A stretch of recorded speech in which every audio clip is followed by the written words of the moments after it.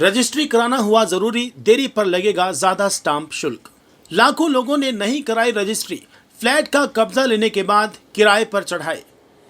हरियाणा में अभी तक जिन लोगों ने अपने फ्लैट, प्लॉट, दुकान या शोरूम की रजिस्ट्री नहीं करवाई है, उन्हें अपनी जेबें ढीली करनी पड़ सकती है। जी हाँ, उन्हें रजिस्ट्री के लिए अनिवार्य फीस और स्टैंप शुल्क अधिक चुकाना पड़ सकता है।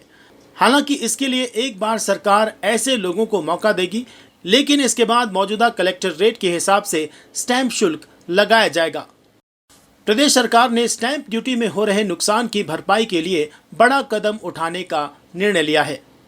प्रदेश में लाखों ऐसी प्रॉपर्टी हैं जिनके कब्जे तो मालिकों ने ले लिए हैं, लेकिन उनकी रजिस्ट्री नहीं करवाई है।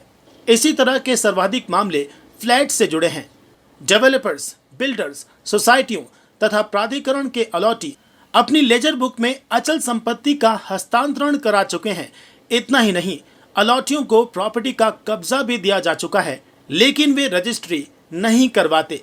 माना जा रहा है कि स्टैंप शुल्क से बचने के चक्कर में लोगों द्वारा प्रॉपर्टी की रजिस्ट्री नहीं करवाई जाती।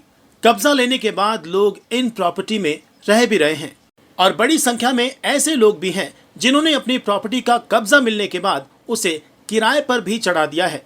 साथ ही इसमें बिजली, पानी और सीवरेज के कनेक्शन भी मिले हुए हैं। संबंधित सोसाइटी का मासिक मेंटेनेंस खर्च भी अदा किया जा रहा है, लेकिन रजिस्ट्री नहीं हुई। रजिस्ट्री नहीं होने की वजह से सरकार को स्टैंप ड्यूटी का नुकसान हो रहा है।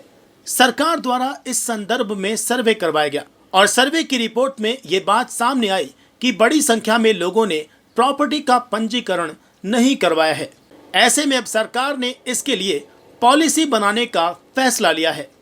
इसके तहत पुराने अलॉटियों को एक मौका दिया जाएगा ताकि वे सरकार द्वारा निर्धारित समय सीमा के भीतर अपनी प्रॉपर्टी का रजिस्ट्रेशन करवा ले। इस अवधि में पुराने कलेक्टर रेट के हिसाब से स्टैंप शुल्क लगेगा। समय बीतने के बाद मौजूदा कलेक्टर रेट के हिसाब से स्टैंप शुल्क जमा करवाना होगा।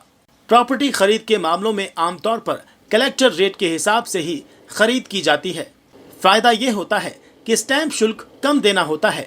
बैंक से लोन आदि के मामलों में कई बार कलेक्टर रेट से अधिक दाम पर भी जमीन की खरीद होती है।